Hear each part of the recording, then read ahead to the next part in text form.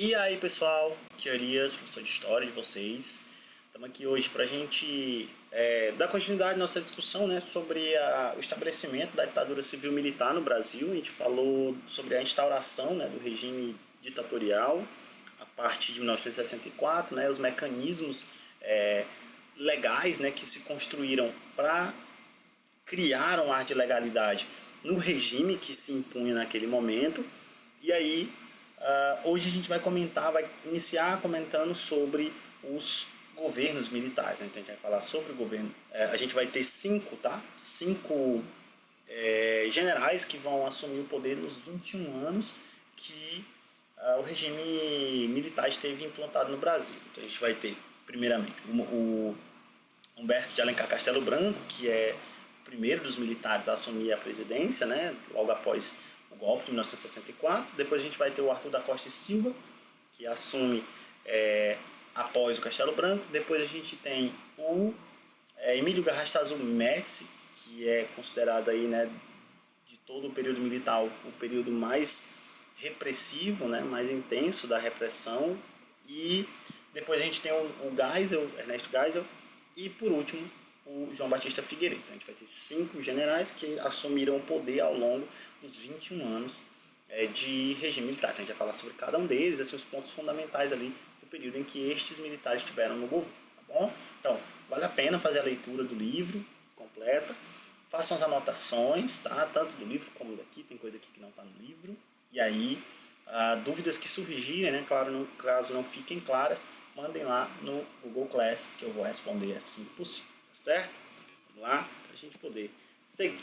Então, pessoal, o período militar, ele como eu falei, dividido, né, por vários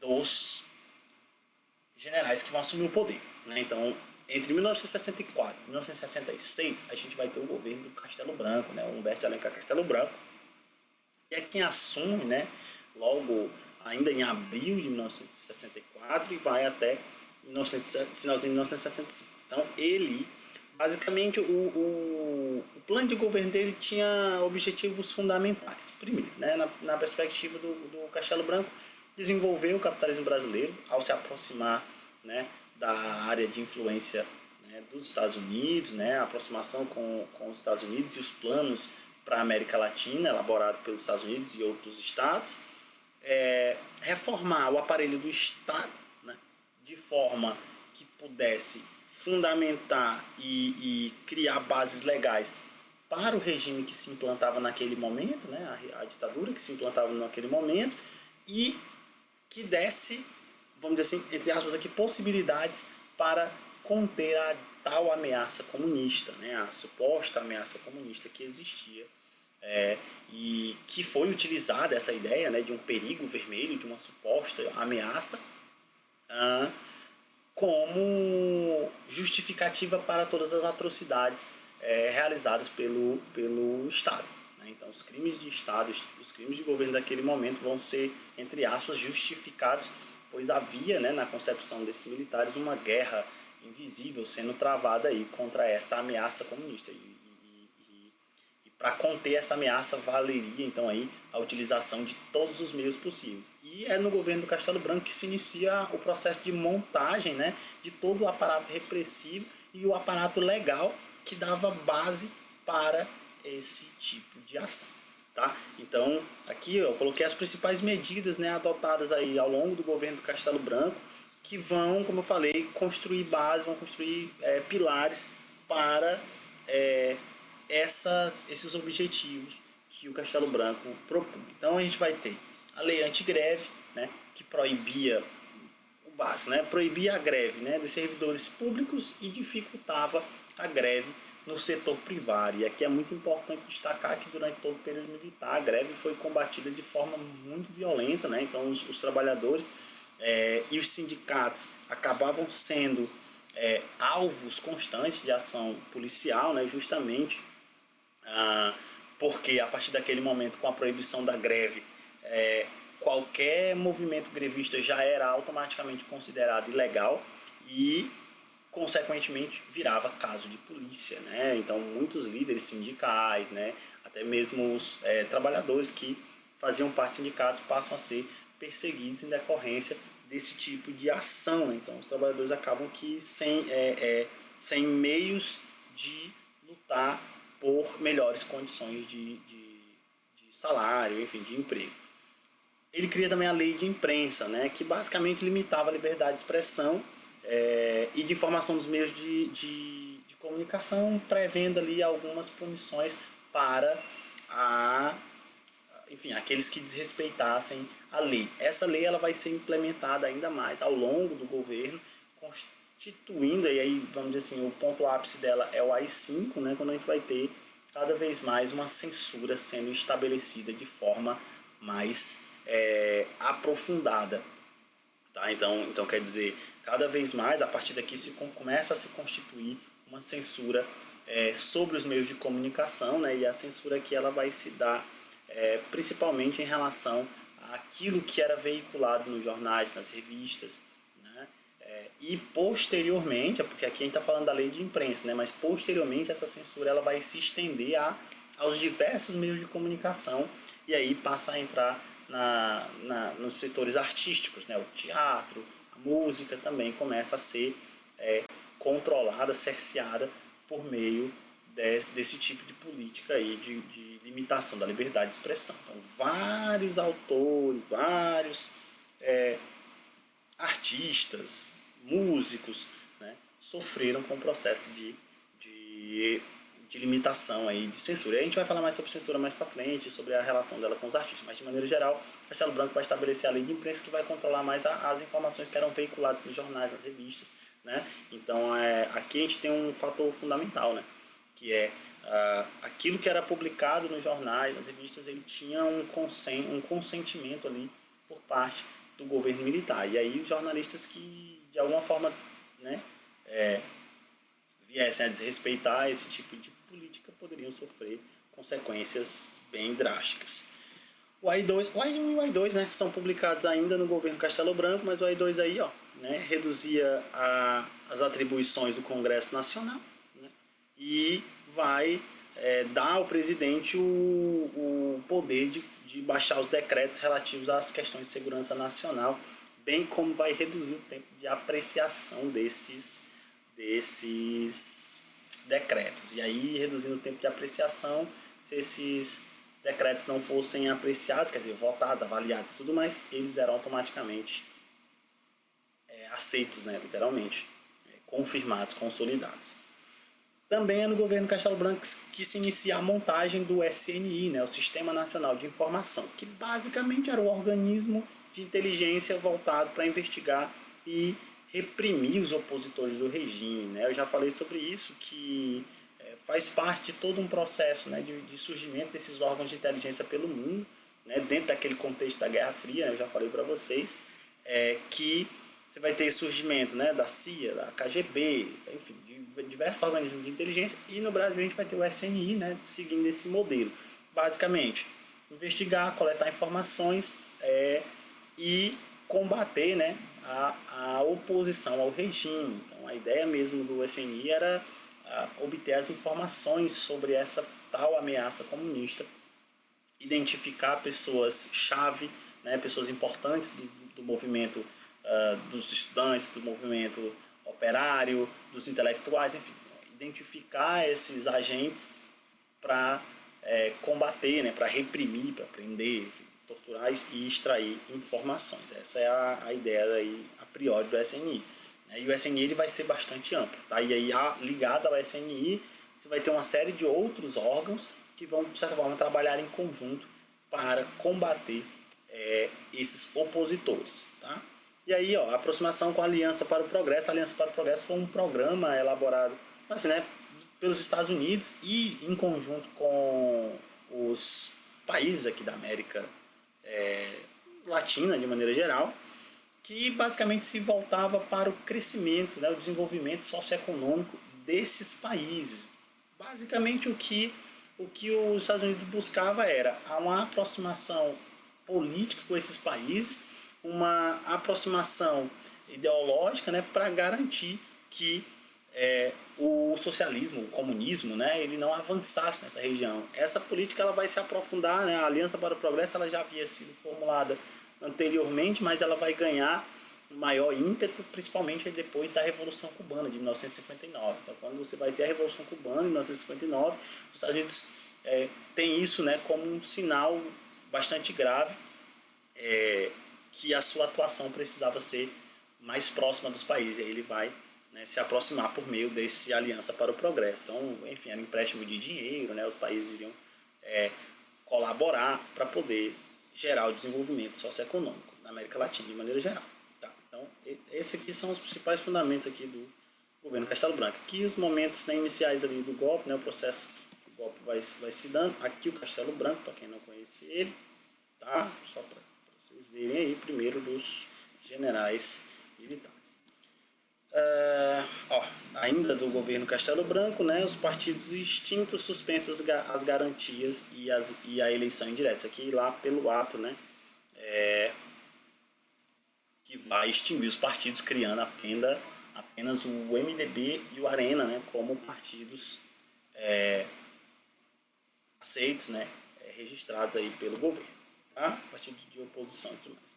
Aí, ato institucional em vigor, Congresso em decreto. Aqui já é mais durante o período do Arthur da Costa e Silva. A gente vai ver que o Costa e Silva, ele vai, no governo dele que se edita o ato institucional número 5 e aí, consequentemente, né, é quando o Congresso entra em recesso por tempo indeterminado. Então, o Costa e Silva, ele assume a partir de 1967, né, 1967, ele governa até o final de 68, quando, né, ele é afastado. E aí a gente vai ter em 69 a chegada do Médici ao poder. Tá? Então, olha só, o Arthur da Costa e Silva, né, basicamente foi marcado o governo dele pelo crescimento dos movimentos de oposição. E aqui é importante destacar que faz parte de todo um contexto, vamos dizer assim, internacional. Né? Assim, lá na França a gente vai ter o maio de 68, né? O ano de 68 ele foi um ano bastante marcado por movimentos sociais no mundo como um todo. A França, como um dos maiores exemplos, né, vai levar estudantes para a rua, enfim, para lutar por uma educação melhor, não sei o que e tudo mais. E aqui no Brasil esse tipo de movimentação vai ter também as suas consequências. E você vai ter um crescimento dos movimentos de oposição, principalmente do setor estudantil, né? E aqui você vai ter uma atuação muito importante da UNE, né, que era a União Nacional dos Estudantes, que é, né, que ainda existe a União Nacional dos Estudantes, vai ter uma ação bastante intensa, né, nesses movimentos, que reuniu estudantes, vai reunir trabalhadores, intelectuais, artistas, enfim, de maneira geral você vai ter um aumento constante desses movimentos que, enfim, exigiam condições de educação melhor, né, abertura de novas vagas nas universidades, reforma do ensino superior e, claro, também o fim da ditadura, o fim da repressão. E, claro, se há um crescimento desses movimentos de oposição, há também um crescimento na repressão.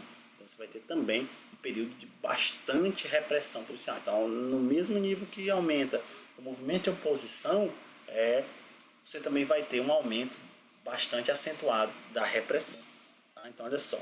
O Costa e Silva ele é considerado um dos membros ali da chamada linha dura, né? Havia teoricamente os militares, pessoal, eles não eram unificados, tá? Então assim, isso é muito importante destacar. Havia entre os militares uma série de cisões, né? Assim, né? Nem todo mundo concordava muito bem com tudo. Tá? Então, quer dizer, mas basicamente havia aqui, vamos dizer assim, dois setores muito importantes, fortes dentro das correntes militares. De um lado, a chamada linha dura, que era a galera mesmo que defendia um regime mais autoritário, né? Um regime mais repressivo e que não estava muito preocupado em esconder isso, né? Não é à toa que a partir do governo Costa e Silva que você vai ter cada vez mais uma repressão evidente e claramente se demonstrava o regime autoritário no qual o Brasil estava inserido, como também não previa, né, um fim para esse governo. Então, para os militares da linha dura, enquanto o governo ditatorial ele durasse, estava valendo. Né? E aí você tinha também uma linha mais moderada, né, que era uma linha que vai propor uma transição, né, que vai tentar mascarar ali o autoritarismo da ditadura com mecanismos, entre aspas, legais. Então você vai ter essas áreas. O Costa e Silva, teoricamente, faria parte aí dessa linha dura que era mais repressiva, né? mais autoritária. Tá? Então, olha só, o aumento na atuação do movimento estudantil, né, foi por melhores condições de ensino, aumento do número de vagas nas universidades e o fim da ditadura, como eu já havia falado anteriormente. E aí, claro, né, o aumento desse tipo de movimentação vai gerar também um aumento da repressão que era realizada pela polícia, pelo exército de maneira geral, e vários conflitos vão ocorrer. E é justamente num desses conflitos que em 1968 você tem a morte de um estudante secundarista chamado Edson Luiz de Lima Souto. Ele morre e enfim, atingido, né, por um projétil, uma bala durante essas manifestações e, consequentemente, isso vai gerar uma comoção muito grande. Por quê? Porque a partir de então aí, né, você vai ter um regime, né, matando ali os estudantes e isso vai gerar uma comoção gigantesca.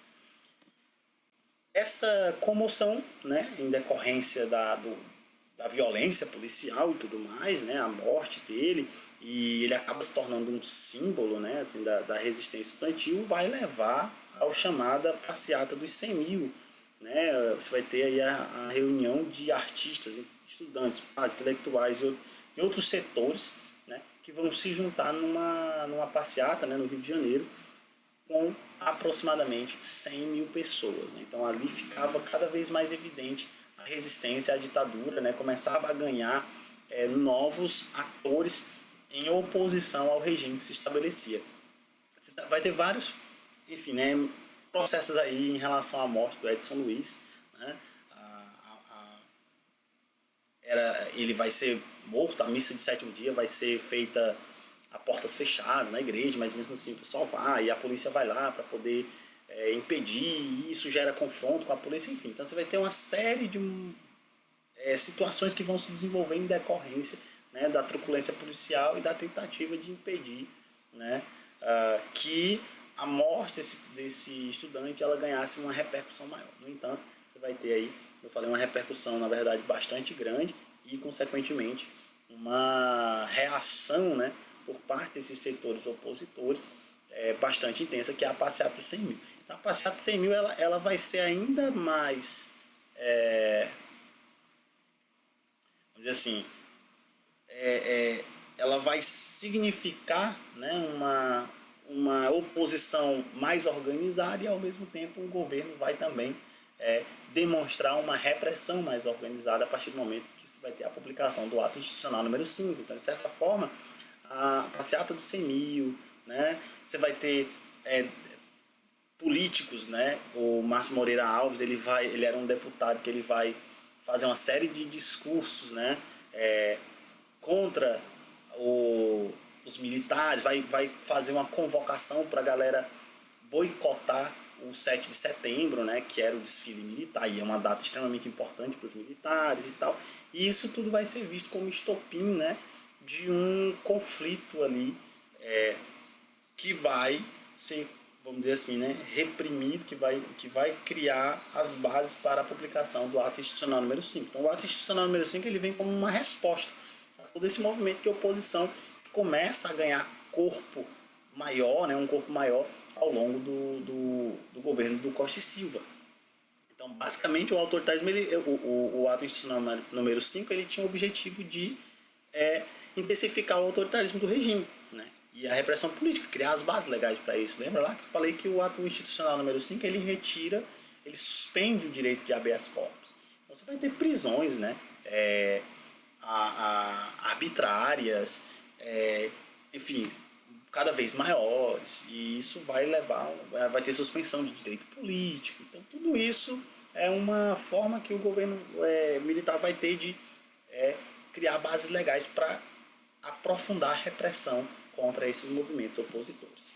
Tá? E aí, como eu falei, aqui é como uma balança, né? Então, quanto mais pesa de um lado, você vai ter mais força sendo feita do outro também. Aqui você vai ter, a partir daqui de 68, 69, ali, que começam a surgir os grupos mais radicais de resistência contra a ditadura militar, que são os grupos armados, né? Então, a partir daqui começam a surgir cada vez mais células de grupos que vão, entre aspas, aí, desistir da oposição democrática, a oposição por meio das manifestações, enfim, né, de denúncia contra o regime, e vão passar para a ação direta, e aí vão formar células de grupos armados. Eram células pequenas, né, estabelecidas em diversos locais, mas que vão se reproduzindo ao longo da década de 60 e principalmente na década de 70, quando você vai ter a formação de vários desses grupos em diversos locais do Brasil. Então, cada vez mais a radicalização ela vai ganhando força, né? Então, agora você vai ter o surgimento desses grupos que vão passar a atuar, né, na base da força contra o regime militar. Né? E aí você vai ter as diversas ações, né, diversas ações que vão ser realizadas. A gente vai falar mais sobre os grupos de resistência mais para frente, tá?